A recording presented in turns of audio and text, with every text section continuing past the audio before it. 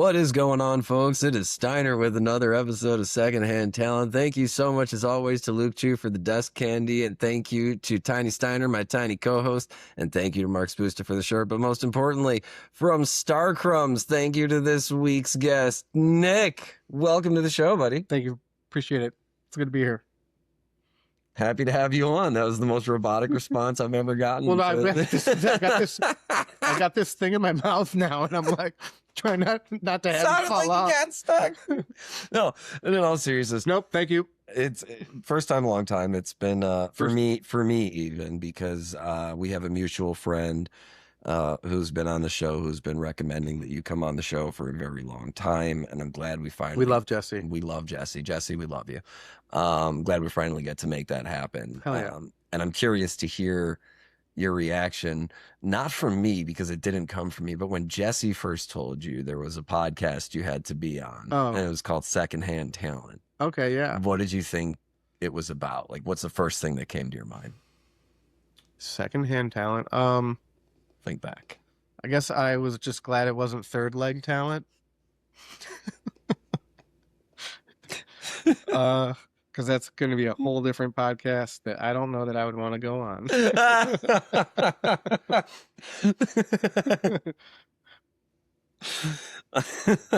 So third leg talent featuring tripod. Allegedly. So my favorite part, and I think I say this in every episode, my favorite part about that question is that over 100 episodes later, I still get unique answers. I don't think I've ever gotten the same answer twice. Nice. But like, I'd like to hone in just for a second, if you please, on the first part of what you said, because I do appreciate that was funny. I'm not going to let that one slide. That was definitely funny. I laughed. But just like, at least it's not third. I've never gotten that answer. Well, I don't mean it like that. I guess was that part of the joke? Was that just still part of the joke? I mean, you know what a third leg is. Yeah, I know what a third leg. Yeah, you don't need to explain it. Like, even they know. You don't need to explain it to the audience. I think jokes are better explained for those. No, genuinely. Like, if you had to think about it for a second, because it's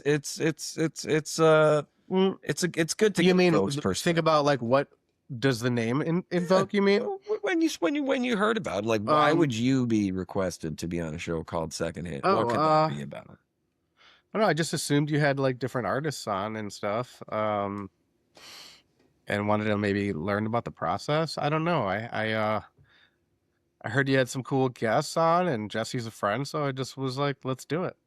So it's really interesting for me going the other way around, because, you know, I really sincerely appreciate every guest who's ever on the show. Yeah, that's awesome. But there aren't many people that I get to have on the show who were around, even if we weren't in the same circles, like in Chicago during the era that I was really, you know, gigging and performing, and actually has those reference points, you know, for things that I had been referring to since the beginning of the show. So yeah, I'm really looking forward to a conversation that, you know, we can talk about the old days. Well, that's kind of what I wanted to, like, I don't know, Irish Eyes.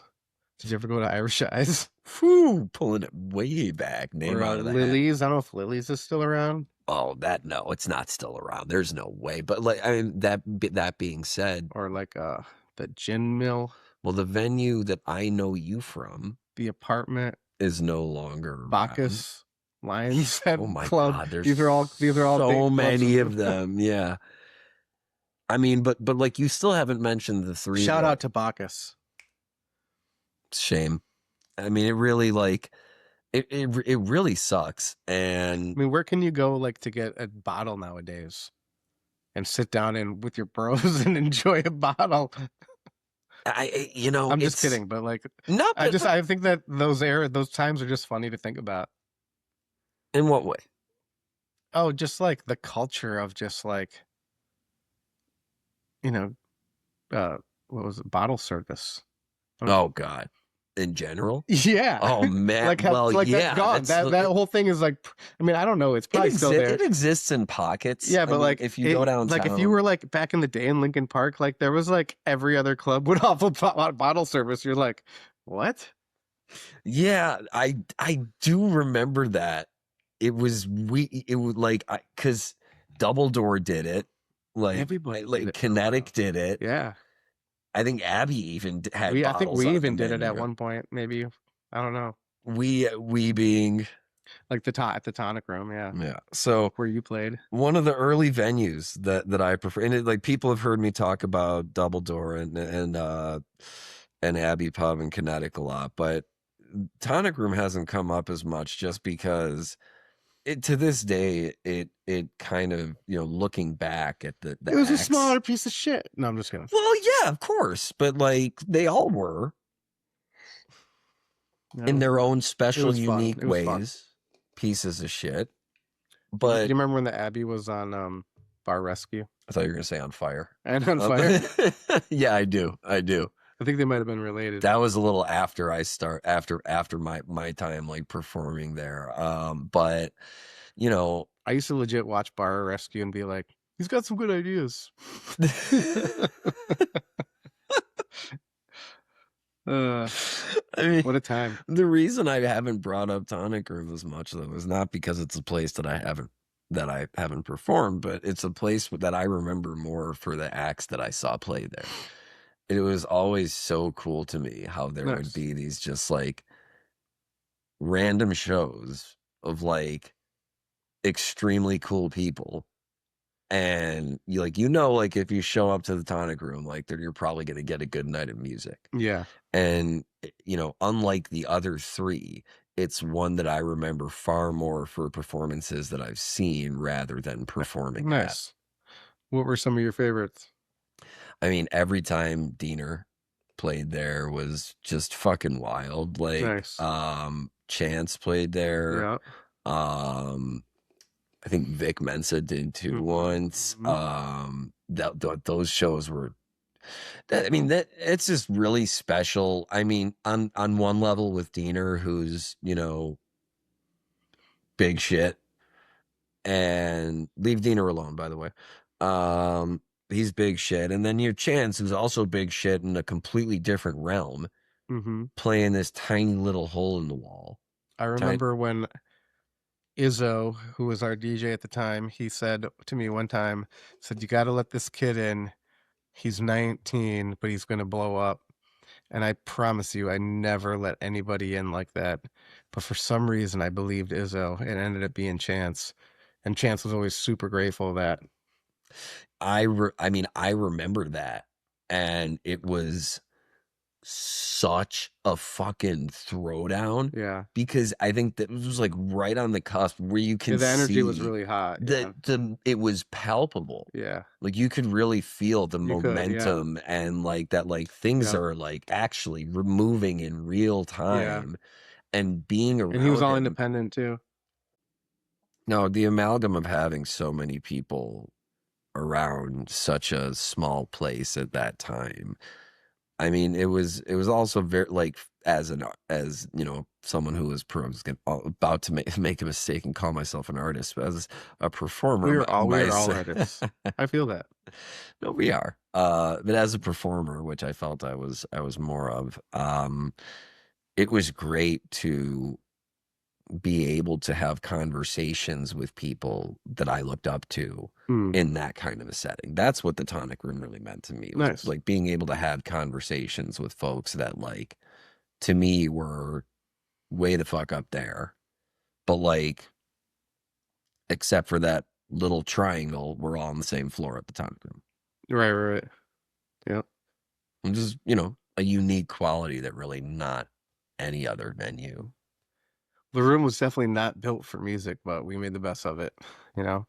Good times were had. Speaking of music, how did you like what are your nobody's born a venue owner. Mhm. What are your roots in music that kind of brought you up? Okay, feel like I'm always just listening to something different. I do remember, like, I always liked like horns and ska when I was really young, and I remember like maybe freshman or sophomore year of high school. I think sophomore, maybe. I met this guy Bob, and he's like, "You've never heard of funk music?" He's like, "Funk has the best horns." And then I sold all my ska CDs. I think I sold 20 CDs for like $80 to my sisters or something, made them buy them, and then went out and bought The History of Funk Volume 1 through 5 at Best Buy. Oh yeah, I remember those Dude, those were albums. great. Those collections were Mm-hmm. so good. And then I don't know, from there it just like, I mean, I was a Fish fan at the same time. I wouldn't say I like listened to it, but I just always liked going to see them, you know. What was Uh your first concert? Do you remember? my first Fish show was Champagne 96. Okay. They opened with Runaway Jim. I think there was a 2001 in there. Uh can't recall the rest. I mean, but that's enough that it's memorable where you're like, I remember Mr. Myers was there. He was like I never had him as a teacher, but he was a high school teacher, and he was cool enough to show up at the Fish show that's amazing. That's amazing. and like That's and have all the kids like pass him a bowl and be like, "I can't."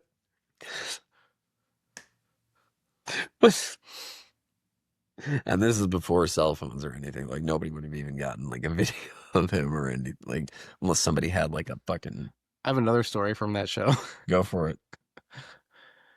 Our friend was working as like the photographer for like the Champagne paper, like the main photographer, editing photographer, and like for some reason he like let us. Well, I was still in high school. He like let us send a package from Colorado of fungus to his office, and it didn't get there. It got delivered to like some other office because the address was written wrong. My buddy screwed over, wrote the wrong address. But the people knew his name from being on Oh, the God. photographer, and they tracked him down and handed him the package. They didn't open it? Didn't open it. Oh my And then we God. went home. We went home after we hear like we were like, oh my God, are we gonna get busted? Like, what's going on here? And then when he opened it, and then like we didn't get busted, we ate some and went to the show. And he has like, I remember like he had awesome photos from like kids. He could be in between the partitions, and I just remember like awesome photos from my first Fish show. I've got them somewhere. That's incredible. Yeah. Funny story. When this was a Secret Santa gift. Mm-hmm. Um, thank you very much. You know who you are. And when I opened it up, there's like a bunch of edibles in it. I was like, all right, Oh, cool. nice. Like, that's awesome. Like, I'll take that to work. And Like food. yeah, like some little chocolates. And allegedly. And when I, it's like Monday morning after Christmas, and I'm in the office, and I open up the cup, thinking just like there's just a couple chocolates in there. I'll just put them in my pocket. It'll be fine, Uh-huh. right? I'll make some coffee. And Oh, they're mushrooms, not fucking. well, I poured out a layer of edibles and just saw like a big white bag.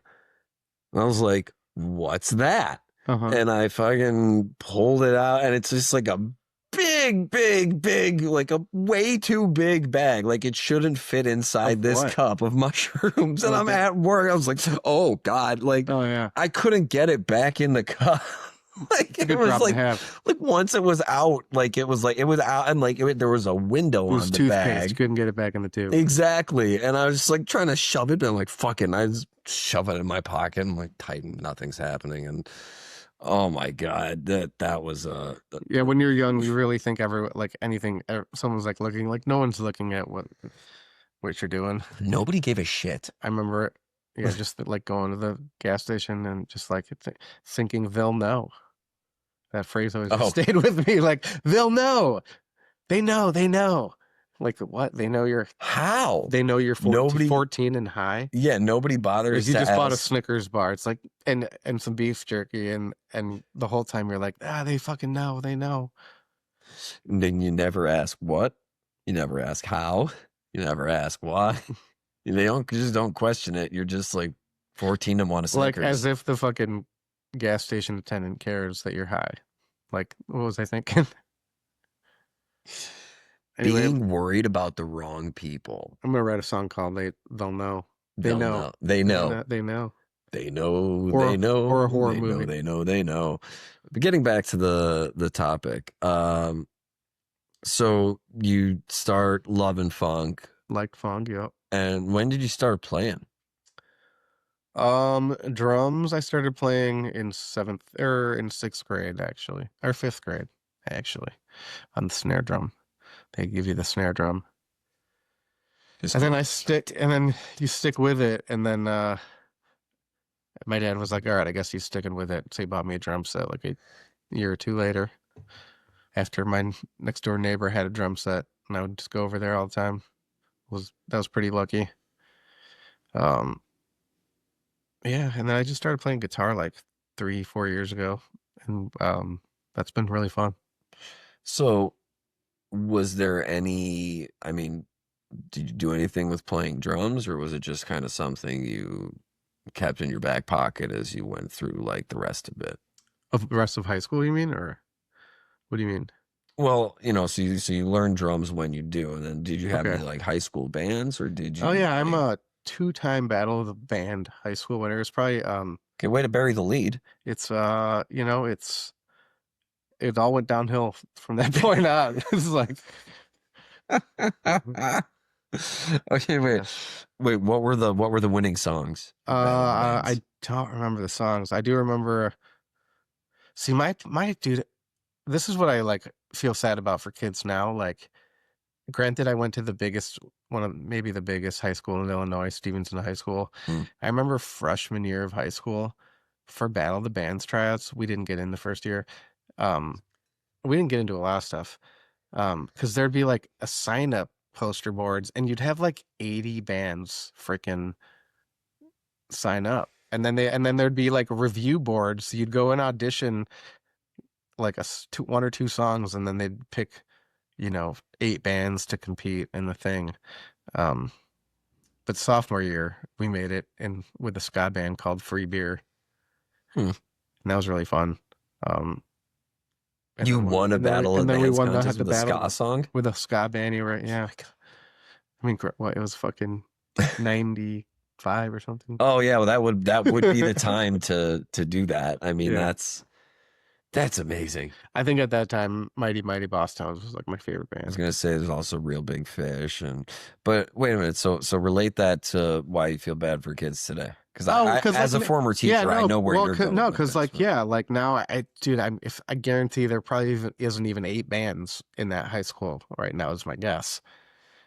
Like they probably still have a battle. I hope they still have a battle of the bands, but if they do, like, there's just like not a lot of bands like there used to be. and they still have. And what's interesting about Stevenson is that would be a school that I would imagine still has relatively the same, if not more, resources.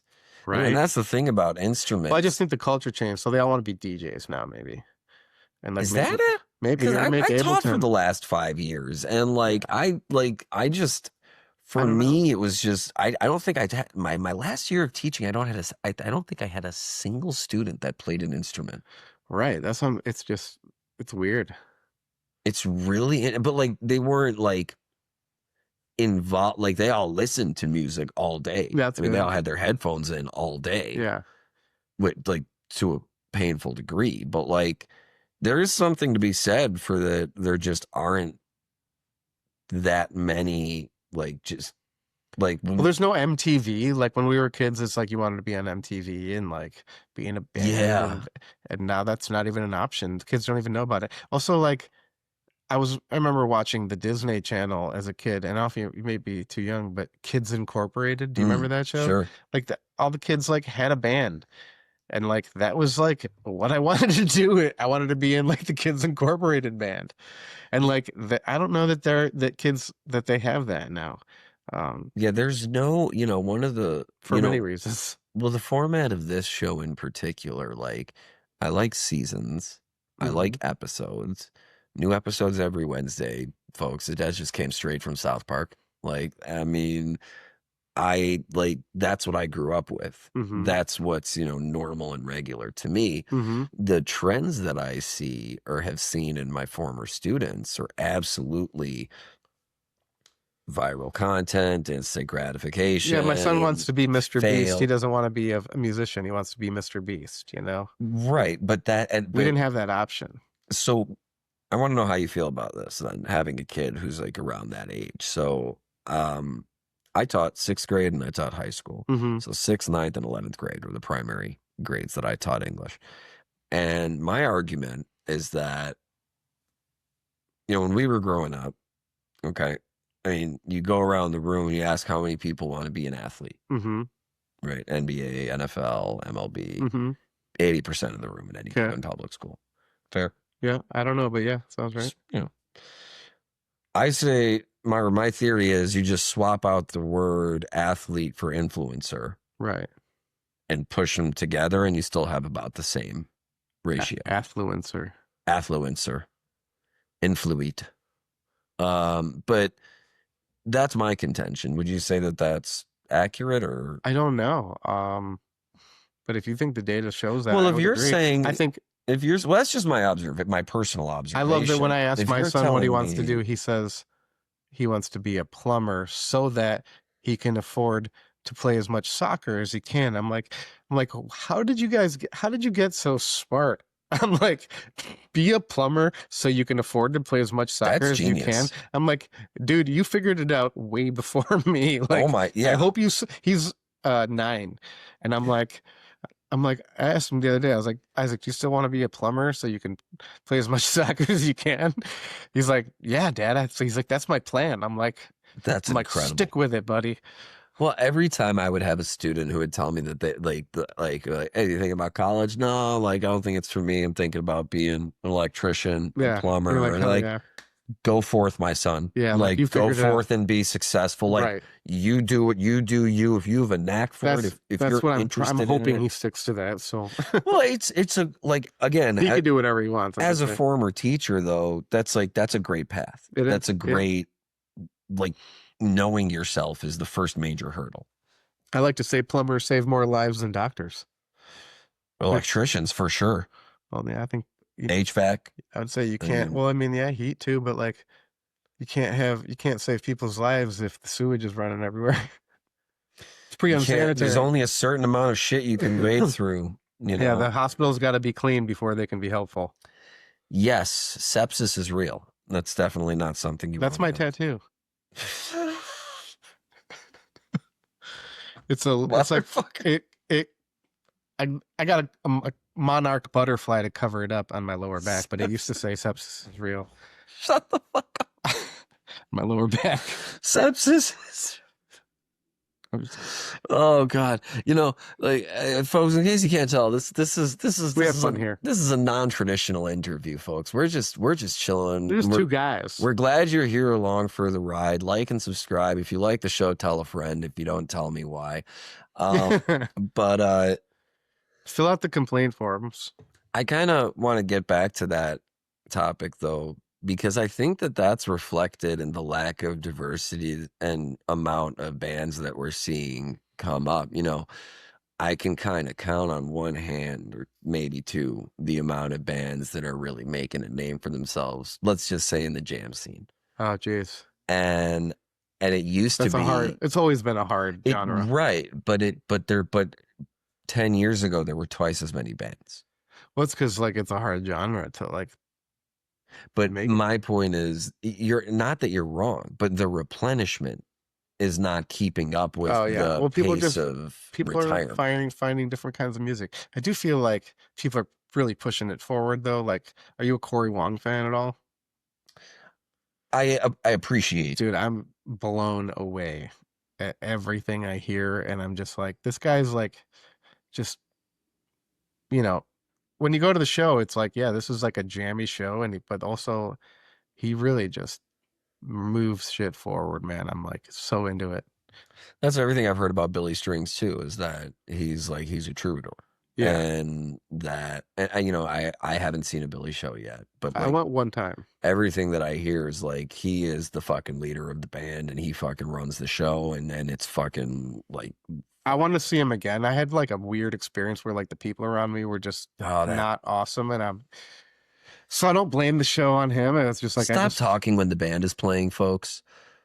But yeah, Or that's just like if someone's in your seat and you're not, and you're don't like s- 4 seats over, like it's not a big deal. don't sit in someone else's seat though. Like it's a seat. Like there's a specific Yeah, row. but if it's empty, the whole row's empty, and Oh, if you're the whole like, row's empty, yeah, then go for God, it. man, Yeah, no, it's no, no. just I like, co-sign that. If the whole row's empty, then go for it. But um, even outside of jam, I just feel like, first of all, I feel like half the names on Lollapalooza's lineup every year at this point are AI generated. I don't feel like those are real. Like they're just putting syllables together and seeing what works. Um, but like if they are, and they are just all DJs, like how do you see the future of live full band music? I don't know. I mean, I think if it's always going to be around. I think as AI becomes more prevalent, people will be pushed back to acoustic music and just like the pendulum's always swinging. So like, yeah, I remember when like dubstep was around and like huge, and then it was like all of a sudden it wasn't. I just feel like shit's always changing and evolving, and I don't. I'm not worried about it at all. I I just. think some of the best music ever has come out in the last few years, personally. What would you say? Dude, I mean, the women are crushing it right now. Like May Earlwine, um, Jen Saint, Hartswick's last album was awesome. I don't know it. But I know her, she's awesome. Yeah, But yeah, May Earlwine, Madison Cunningham, um, Saint Vincent, obviously. yeah. Um, and like there's more. Um, I mean, Kanika Moore is killing it right now. Michaela Davis, there's a whole bunch who have been in the Heady Wax Fiends record mhm. club that we've been putting out Yeah, lately. Lindsay Lou, Lindsay Wu, Sierra Farrell, um, absolutely. I mean, I mean, Molly Tuttle. Like Molly Tuttle. like Now I just sound like an echo I don't think I machine. can name 6 dudes right now that are crushing making tunes, but I'm not listening to that just because I mean, not that I'm not, but I'm just like, the women are fucking crushing it right now. Is what I'm saying. Like they just are. It's undeniable, and I'm gonna throw out there that Like Madison Cunningham's guitar playing and songwriting is like my favorite insane. musician to see live right now, if I could pick one, I'm grateful to be going to see her again in February, is Holly Bowling. Okay, yeah, yeah. She's just like, for me, like watching her do what she does to a piano live, it's every time just one of the fucking coolest things I've Nice. ever seen. And she is gratefully coming back around in a few months from the time of this taping to Garcia's. I already have No, my you should have tickets her for on that here. show. We've chatted about it. At the time of this taping, it's not confirmed. But she's I mean, hands down, talk my favorite musician to see live right Oh now. wow. Like I Like think she that just put like solo or with a band. solo, Yeah. solo. I mean, when I did catch one Ghostlight show, Hmm. and she was great. Does she sing too or no? She sings backup vocals Okay. sometimes with Ghostlight. Not she doesn't lead as far as I know. I think Raina took all the lead vocals for those songs. For my Um money, I gotta say Molly Tuttle's right hand is not that it's better or worse than Billy String. It's just different, but like her right hand is just mm, a taste I prefer more than Billy Strings. I know that might sound all right. That's controversial to folks out there, but she's so fucking wicked. and folks, if you're listening to us talk about these women and you don't know who they are, please go check out their music because you're missing out. Their music is fantastic and you're just not getting all of contemporary music if you're cutting out Oh, for dudes, I want to throw out Tim Easton. He's the shit right now. Tim Easton Yeah, I really like him. and your buddy Mark. Your buddy Mark Mark's is crushing it awesome. right now too. Yep, Mark Lavengood. yep. Yeah, Yeah, absolutely. check No, out Mark Lavengood. there's definitely You should have him on the show. Mark come to be on the show. We can Um, make that happen. it's just it seems to me, I think I forget, I think they're called Big Blitz out of Pennsylvania. Mm, This little trio with like two horns and a drummer. hmm that I thought they were fucking phenomenal when I saw them. Sickard Hollow out of Nashville, Stormy Cromer I like that from band Two Jackson and Jill. Two Jackson Jill are No, great. no, Stormy that's Cromer a Spinal Tap joke, I believe. from the Or no, Tonight We're Destiny Gonna Child or Rock You something. Tonight, part two. Hell yeah. Oh, I love Harry Shearer. But He's the best. it's Did you watch that new one? no, I didn't. It's funny. I didn't. So what's interesting is you and I, even though I was just a performer and attendee there and you owned it, we parted from the Tonic Room at about the same time. Around the time you sold it is around the time I moved out of the country. And I remember very distinctly what, because it was after the initial COVID rush when I got back to Chicago. Hmm. So it was September of 2020. And at that point, even by 2016, I mean, it wasn't a shock that, some venues closed, but I remember the feeling that I had when I came back and Tonic Room wasn't there anymore. Hmm. And I've always been curious to ask, I haven't had this opportunity with any of the other previous venue owners, but A, what was the impetus for selling it and moving on? Hmm. And, B, kind of flashing forward a little bit, how does it feel that it's not there? Does it make you feel any sort of way? So first part is why did I sell it? I had done it for a long time, like I think maybe 14 or 15 years at that point, and my son was just born that year, and I was just looking to do something different, not really be out every night. And then like he was waking up at like 5 in the morning every day, sometimes 4:30, and it was just like not the schedule I wanted to be on anymore. Um, and like my neighborhood weirded me out after like super early mornings when I have to walk him out, and I was like, we just got to get the hell out of here. Um, so you Talking know, about the neighborhood around the Tonic Room? no, just like where I was living Oh, in Logan at gotcha. the time, Oh, and okay. Yeah. only because it was like early mornings, I'd have to like walk him like to get fresh air at like 5 in the morning, and it just had a couple weird scares where it's just like, it's not the best air. I had to like walk your kid at like 4 when it's still dark out, Yeah. and then I had the opportunity to sell it to Donnie, who was the booking agent there for a long time, and he was gonna like keep it the same and keep the same staff, which he did for a really long time. And then COVID hit, and then they survived COVID, and then reopened after that with like a new name. And then but I don't feel any sort of way about it. I mean, I'm happy I sold it, and I wish it like went better for him. He's running a great bar club now. He sold the Tonic Room too. The Golden Dagger too, and he's got a That great was the name. yeah, he's got a great bar now called Bobby's. Um so and the artwork, the old Tonic Room artwork is up there now. So I feel pretty good about it. And like, Oh, that's good. yeah. And it's a great spot. I don't know. There's shit changes, and you just like, I'm like a pretty sentimental dude about shit in general, but I'm trying to like not be, so just shit changes. It absolutely does, and you're not wrong. I mean, it was I can say though, and I know the perspective after having done this show long enough and having talked to as many independent venue owners as I have, that it's not easy operating it, and it especially Tonic Room was open late, so it I'm sure it took a toll, and it's just like like you were kind of saying, like at a certain point in your life you have to kind of face like, is this lifestyle sustainable and compatible Yeah. with the reality, not just the things or aspirations that you want to do, but like a very real child that exists, Yeah. Yeah. so I think that's like I think the epitome of moving on for the right reason.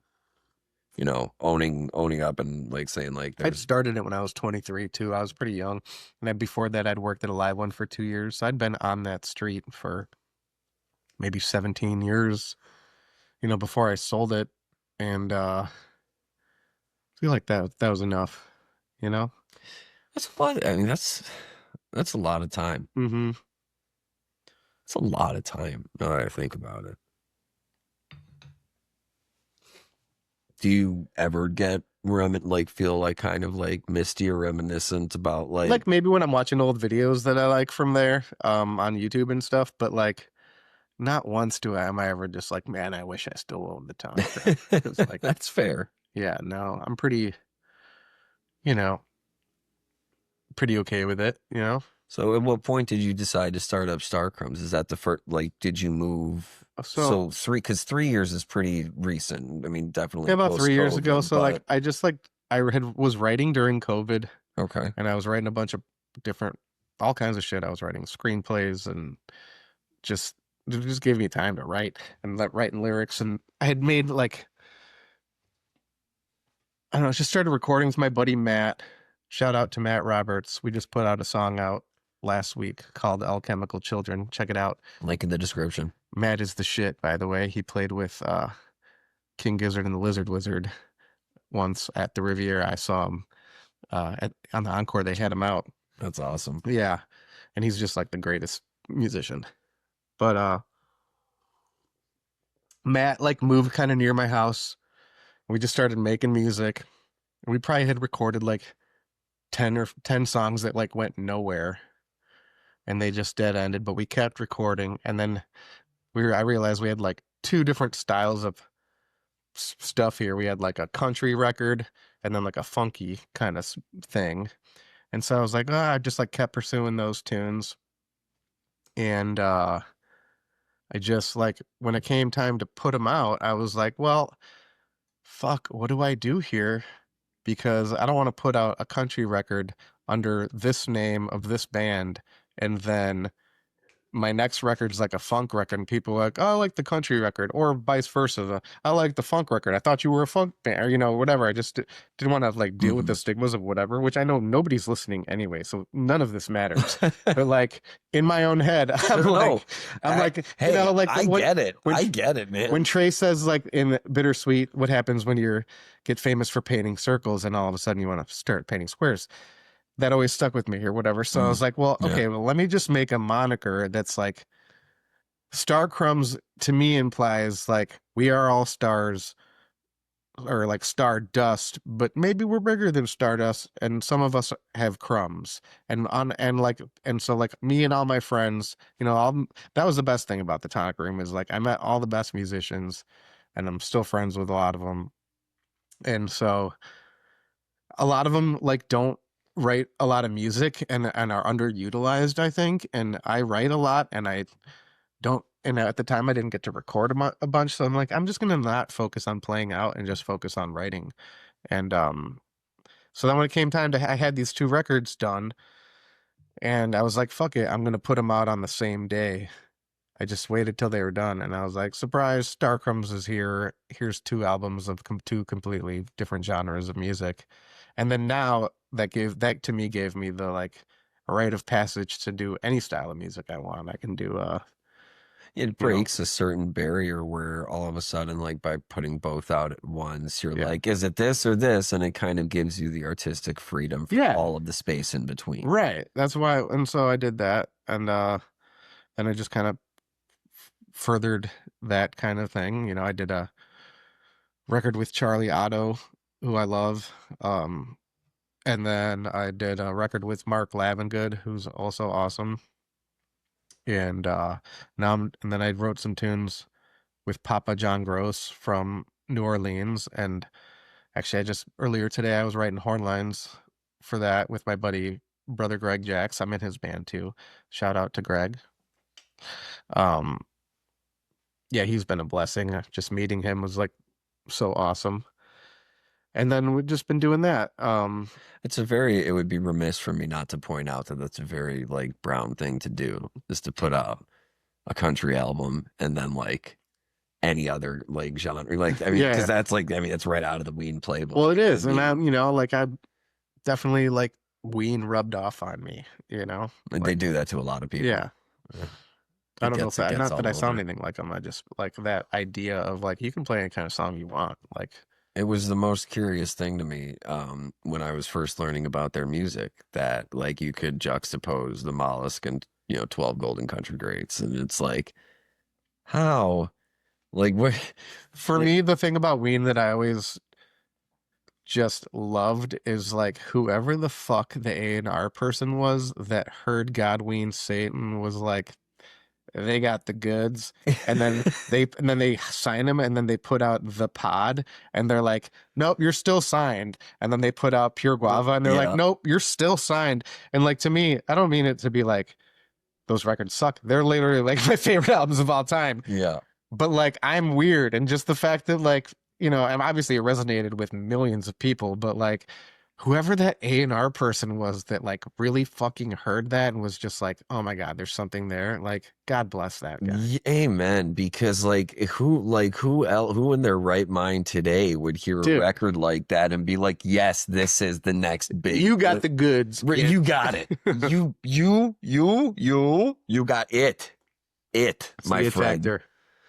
Like it is true, and I've actually never thought about that. Their first three albums are so different from each And they're other. so weird and uniquely just like Weird. so druggy and just like, you know, it's some of the coolest shit ever and hilarious. And like every song's different on every record. That's and that's kind of, I mean, again, something that I feel like is really mirrored in your releasing two albums. And I think country and put any genre next to that, they contrast each other.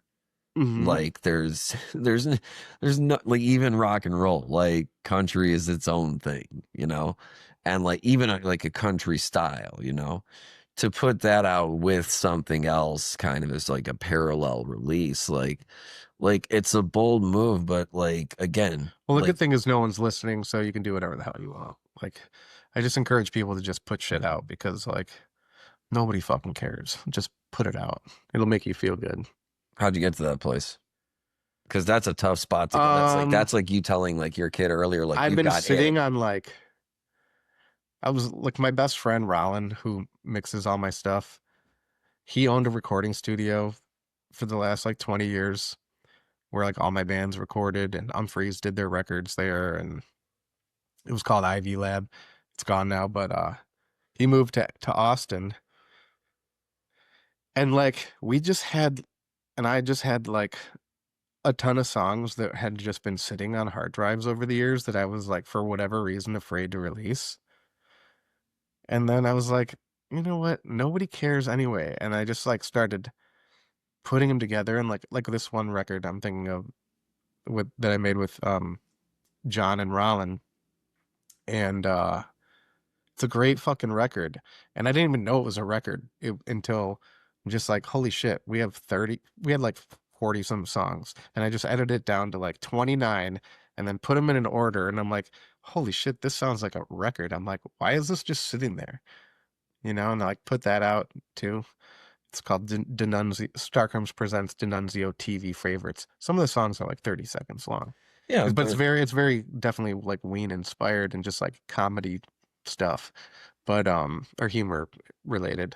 I think that there's a certain truth to this notion that once you create a certain body of content, whether it be in your head or personally written down or with your own discography or whatever it is, like once you start building that particular library that is so motivational, because it's like there's something out that you've done and it doesn't Hmm. matter that no one's listening, right? Like it's something, it feels good for I mean, me. it's nice to Like have like I personal, like to have be validated and have people listen, but like Sure, but the if perspective I'm being on honest, it's one like the if can I tell you the real reason I record stuff is please. because I partied so hard for so many years that I have this fear that I'm going to die early.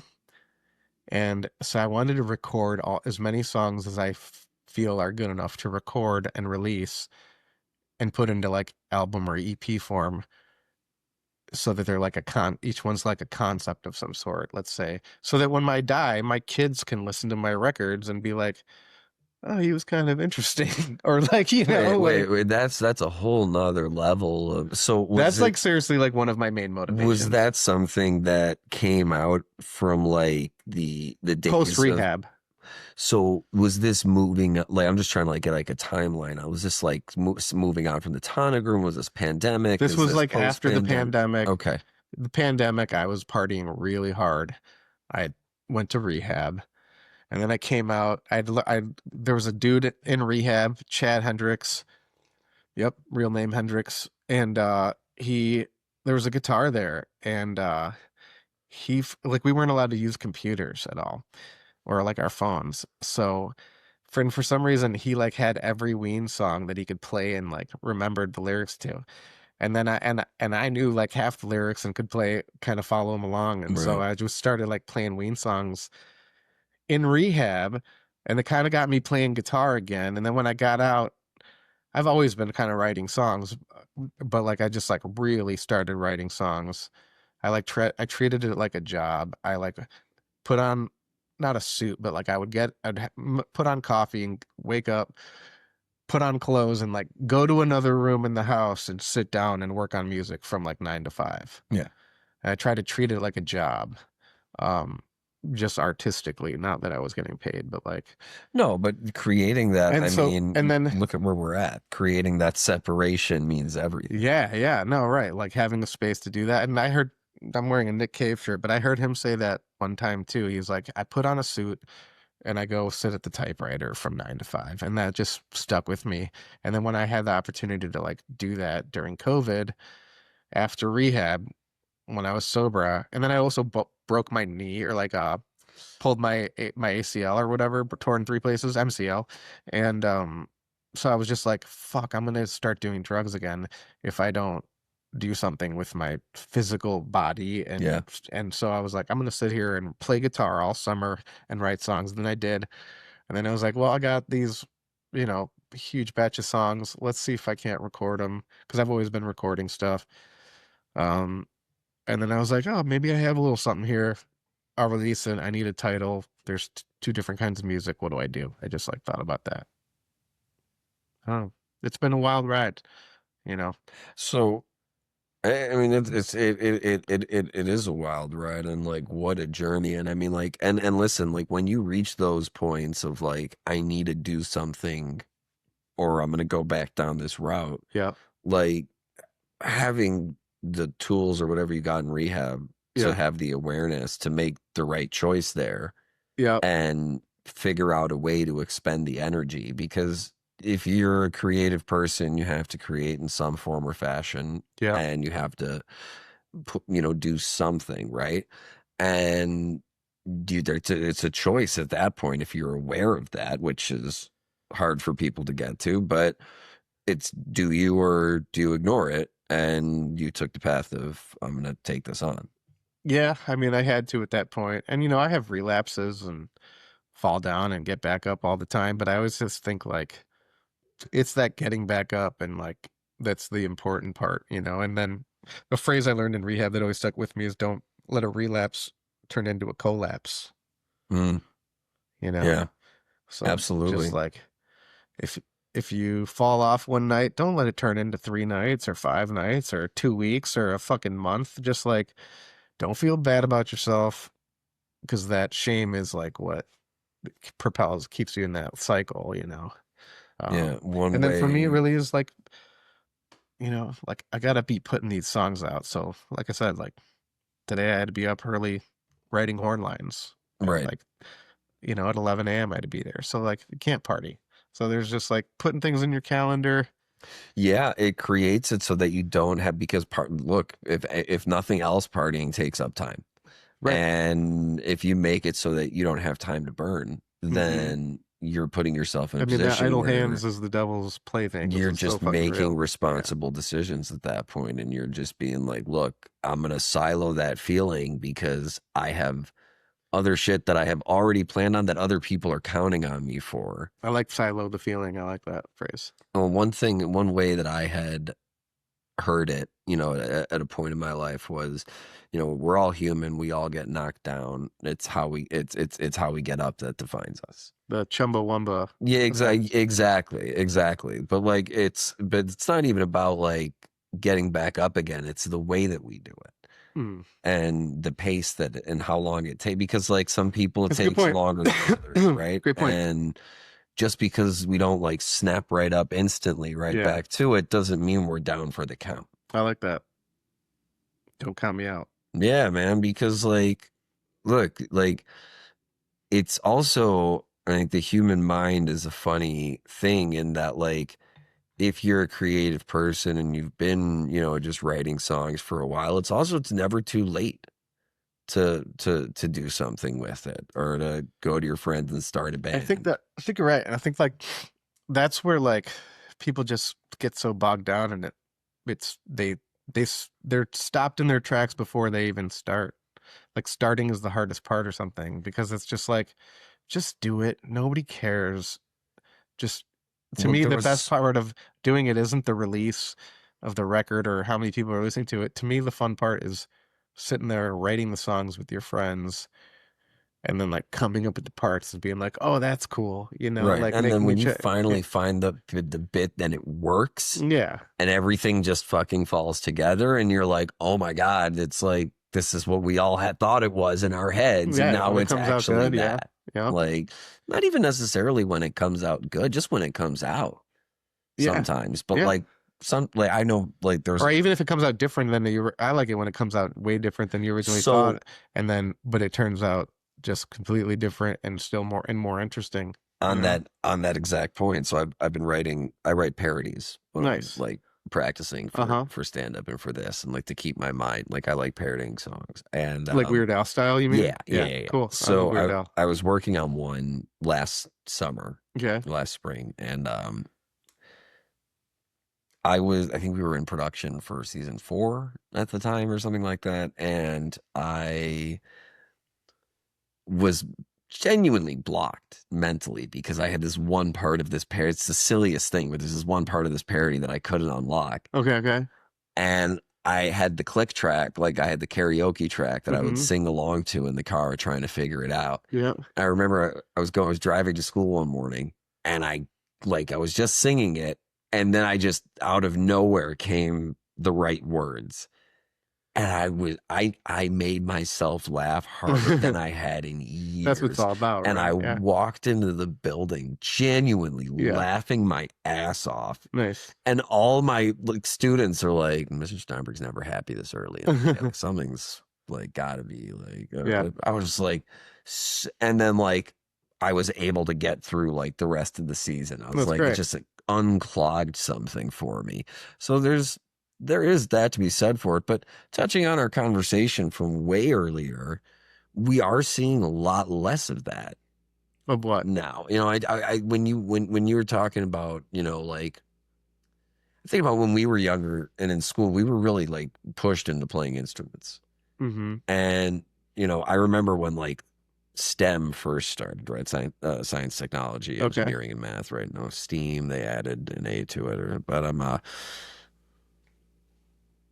I think it really, the resources that, not saying that that stuff's not necessary, but the resources that went to those programs were taken away from places Well, yeah, like there's just music. less resources for sure. There's just, I mean, there's less resources for music and then there's less interest in it. And every And kid has an iPad, so it's just like, you can't win. I'm, it's one of those things where I'm like, I'm genuinely like, as, a father, right? Mm-hmm. And a musician, why do you think that is with this current generation that we're seeing that this disinterest Why? Because I mean, or you don't want to know my answer. Trust me. This is a long thing, and you just don't want to go there. okay, I'm, fair I enough. like it's systemic. It's built into the system. It's not a defect of the system. It is the system.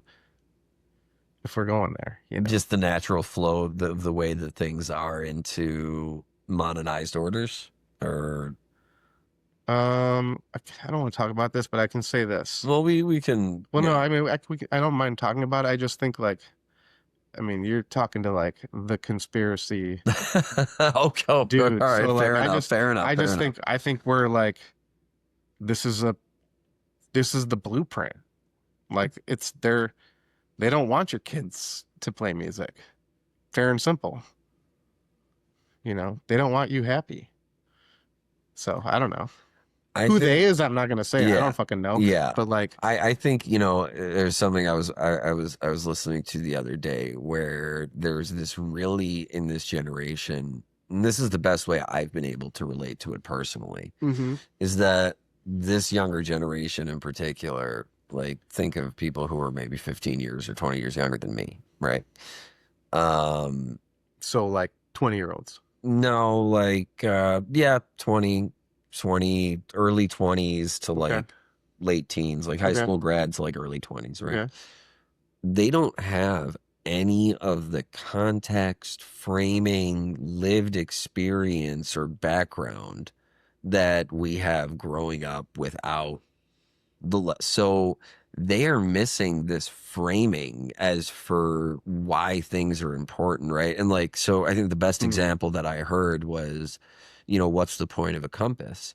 And rather than treat mm. them like idiots for not knowing that, understand the fact that they don't have any framing for life without GPS. Yeah. So for them, they're not Gosh, asking. our lives were better, so much better when we had I maps. fully agree. I'm just kidding. Fully agree. I mean, like in some aspects, like there were definitely like I there's just def I just miss running my fingers through a map, you know, you know, caressing the map. there's something to be said. It works in both No, I know, I'm directions. just joking, but It definitely works in both I think you're right. I directions. mean, the technology is it's ruining lives and yet improving lives. It's the great Promethean myth, you know, it's like fire can warm you or burn Or you. burn your house down. Right, right, right. No, that's a Actually, like that's my thing right now is trying to embrace technology to not to use it to my benefit artistically and to better my life without coming over the boundary to where it's heading downhill. And that threshold is the hardest line to see. mm. And so um So finding that finding that line, balance is yeah. really hard. You know, like I'm experimenting with AI videos. Sorry folks if you don't like it. Like I think it's really fucking cool to be able I never had a chance to like make videos before of an idea I had. You know, I've written screenplays and stuff like that. I've never been able to like I mean, I have made small films and things like that, but like it's always been really hard. You got to get a crew out there, your friends out there, and it's the best time ever and it's awesome. But I can just sit at home and like come up with an idea and type it in and like get little 7-second snippets. Like that's so fucking cool. On the other hand, if you're just like typing in, Suno, make me a song about this, it's like, fuck, that's so lame. So why do I think the video is cool and not the song? Like, I don't know. I'm probably wrong about it all, but like, I'm enjoying the AI thing because like, I've never made videos and it's just fun. So like for me, it's kind of similar. Like so with the podcast, we switched over to an AI hosted platform hmm and the So what assistant. does that mean? So exactly. So the assistive devices in there, right? Or what I use AI for, hmm right? It helps me create a transcript. It Oh, helps okay, me cool. auto generate chapters for Oh, like very cool. segments of videos. Yeah. It'll So organizing. it can That's Promethean as fuck, but dude. That's amazing. it can chop up your video to Yeah. create social media That's content. awesome. And here's the thing though.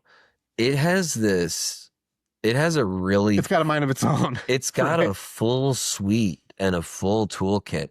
And there's some tools that I just don't use Sure. that are just like that's Too far. too Yeah, much yeah. interference. Like I won't use any sort of like eyesight angle correction technology or and like because what's Yeah, the yeah. fucking point? I You're gotcha. just at that point you're just Right. making a larger video Yeah, file yeah. because again I'm nobody's sorry. I've been like looking at this mic the whole but no time but instead of also looking at you but two, which I nobody's realized halfway watching. through. Yeah, yeah. Nobody's They're here watching. listening anyway, you mean? I mean the numbers that Do I you mean they're see listening or not watching, no or but or just not interested in general? in general the same Yeah. way no one listens to your music. Yeah, right. It's just, but you don't do it for it. That's You do it exact for you, I have the same right? mindset about So the yeah, show, right.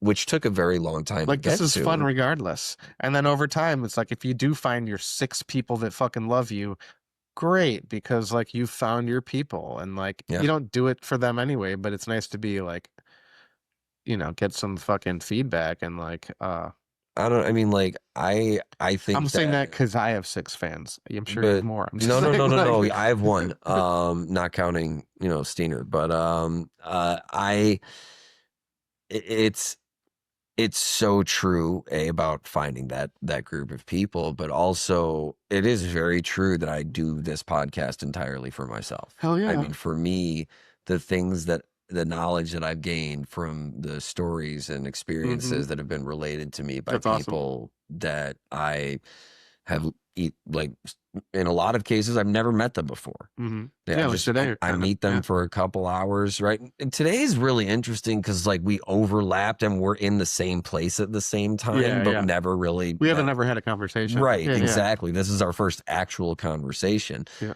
And I always, Luckily, we're both jocks and can fucking just yeah, vibe out totally great. Like we both are on the football team, competing high schools and stuff. the But football sports. Yeah, that's anyways, I did that when I was in school. Got injured playing everyone.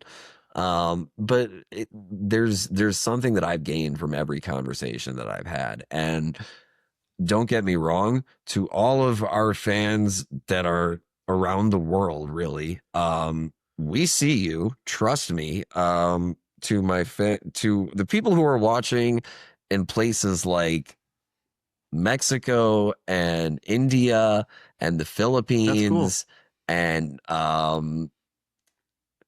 it's just Very cool. Australia. Nice. Thank you, Australia. For some reason, we get a Nice. lot of play there. That's awesome. And up to everybody in the Netherlands and in Germany who download the show on a regular basis, thank you very much. Like we see you. It means the world to me. But at the end To of my the mom, that is the only person that listens to my albums. Thank you. To my sisters that are forced to listen to it sometimes. Thank you as well. And to my ex-wife that never listens to my records, no, thank you. yeah, I mean, it's just it's something that like I couldn't see myself doing this for other people.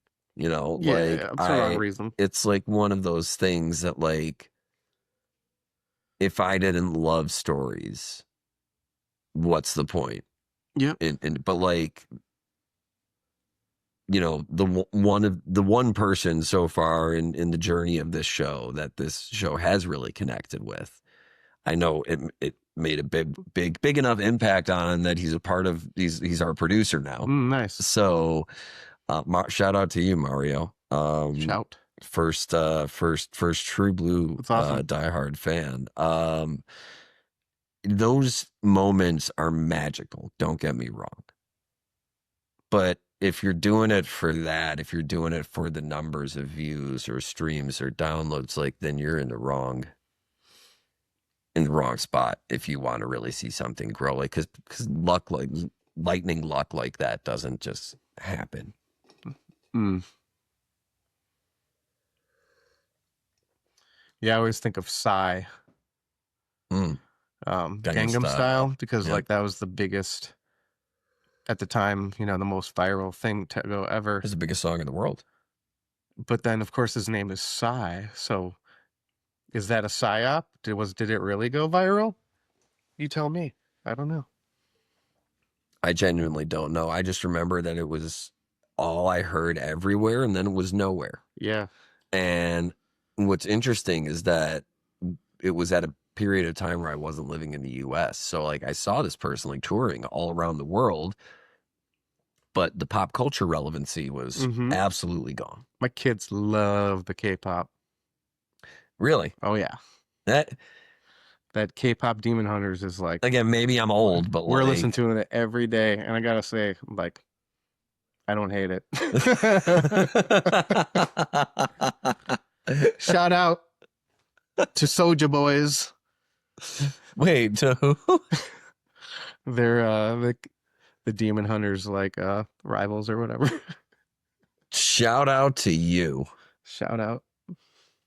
To Yeah. Soldier Boys. Is that like Soldier Boy? Like not like It's it's like not Soja, I think maybe Soja. I don't know so what it means. I should check. Soha. No, no. Yeah. Hold on, let me Oh, I pause. see you know how to order at restaurants. Yeah. I see you too are a man of culture. I just waved. That's all right. Hmm. Don't tell Wayne's anyone. World. Yeah. Party on. Speaking of partying on, you got a party on to go see our good friends Terrapin Flyer in a little bit. So before you head out, I just want to ask you before we head out for this week, any words you want to leave our audience with, conspiratorial or Oh, otherwise, words conspiratorial. or Oh shit. otherwise, I don't know. not necessarily conspiratorial. Parting thoughts. Parting thoughts. Don't do it, folks. Don't go down the conspiracy rabbit holes. There's nothing to be gained. No, I'm kind of serious. Like, there's like no spiritual enlightenment in it, and it's just like once you're down them, it's hard to have that abyss not stare back at you. Would you say that the opposite is music or art? Yeah, like creating, right? So like consuming or creating are your two choices. So Mm. it's like, um, and I do consume and influenced by things and then put it into my shit. You know, I got a lot of weird references in my songs, but yeah, it's you I got to be really careful to create more than you consume. I Not that I do. I'm I fucking think that I'm down like I've been kind of lazy lately. But kind of like how you were saying before, like the input versus output level, that's a hard line to see, Yeah. kind of as you put it earlier. Yeah. And I think knowing that about yourself and It's good to be observant. Yeah. moving forward from that operating space is Hmm. probably, the best thing you can do as opposed to waiting for a prompt or waiting to be Hmm. told, because if you don't move it along yourself, no one's going to move it along for you. Yeah, that's for sure. Well, folks, this has been a wild, wacky episode of Secondhand Talent. This is Steiner. This is Nick. And we will see you next Thank you, Wednesday. Steiner. And this is a podcast. Thank you. Thank you. That was All fun, right. man. Appreciate There that. we go. Sorry, it was.